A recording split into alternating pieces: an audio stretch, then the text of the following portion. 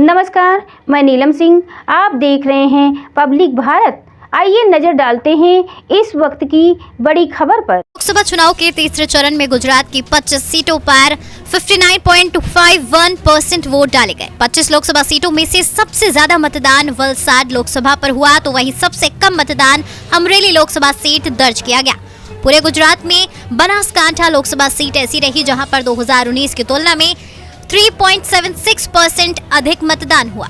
बनासकांठा में कुल वोटिंग 68.44% रही, वहीं 2019 में 64.68% वोट पड़े थे।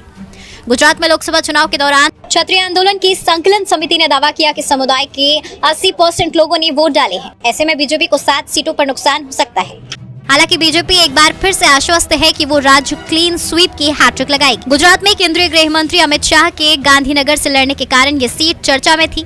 इसी सीट पर 58.08% का मतदान हुआ, तो वहीं प्रदेश प्रमुख CR पाटिल की नवसारी सीट पर 55.79% वोट डाले गए। क्षत्रिय विवाद के बाद सुर्खियों में आई राजकोट की सीट 58.28% वोट पड़े। केंद्रीय स्वास्थ्य मंत्री मनसुख मांडविया की पोरबंदर सीट पर 51.7% वोट पड़े।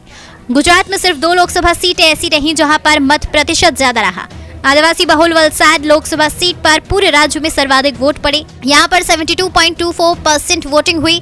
इस सीट पर कांग्रेस के तेज तरार विधायक अनंत पटेल और बीजेपी कैंडिडेट धवल पटेल के बीच मुकाबला है। कांग्रेस की जेनीबेन ठाकुर और बीजेपी की रेखाबेन चौधरी के बीच मुकाबले की वजह से चर्चा में आई इस सीट पर पीएम मोदी और प्रियंका गांधी दोनों ने रैली की थी। इस सीट पर कुल 68.44% वोटिंग हुई, जो 2019 से 3.76% ज्यादा है। ऐसे में इस सीट पर बीजेपी जहां अपनी जीत को लेकर निश्चिंत है, तो वहीं कांग्रेस को उलटफेर की उम्मीद है। क्षत्रिय आंदोलन और कैंडिडेट के साथ जातीय समीकरणों के चलते गुजरात की करीब 7 सीटों पर बीजेपी और इंडिया गठबंधन में करीब टक्कर की उम्मीद है।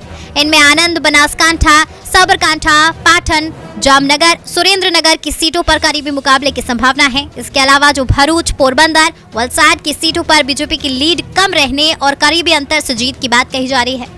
2014 और 2019 में बीजेपी ने गुजरात में क्लीन स्वीप किया। अगर बीजेपी फिर से सभी 25 सीटों पर जीतती है तो ये क्लीन स्वीप की हैट्रिक होगी। कांग्रेस के सामने राज्य से लोकसभा में वापसी की चुनौती है। 2009 में कांग्रेस को 11 और बीजेपी को 15 सीटें मिली। स्वस्थ रहने के लिए इस्तेमाल करें अयोध्या धाम का श्री राम नाम स्पेशल निरोगी चूर्ण और बुकनू।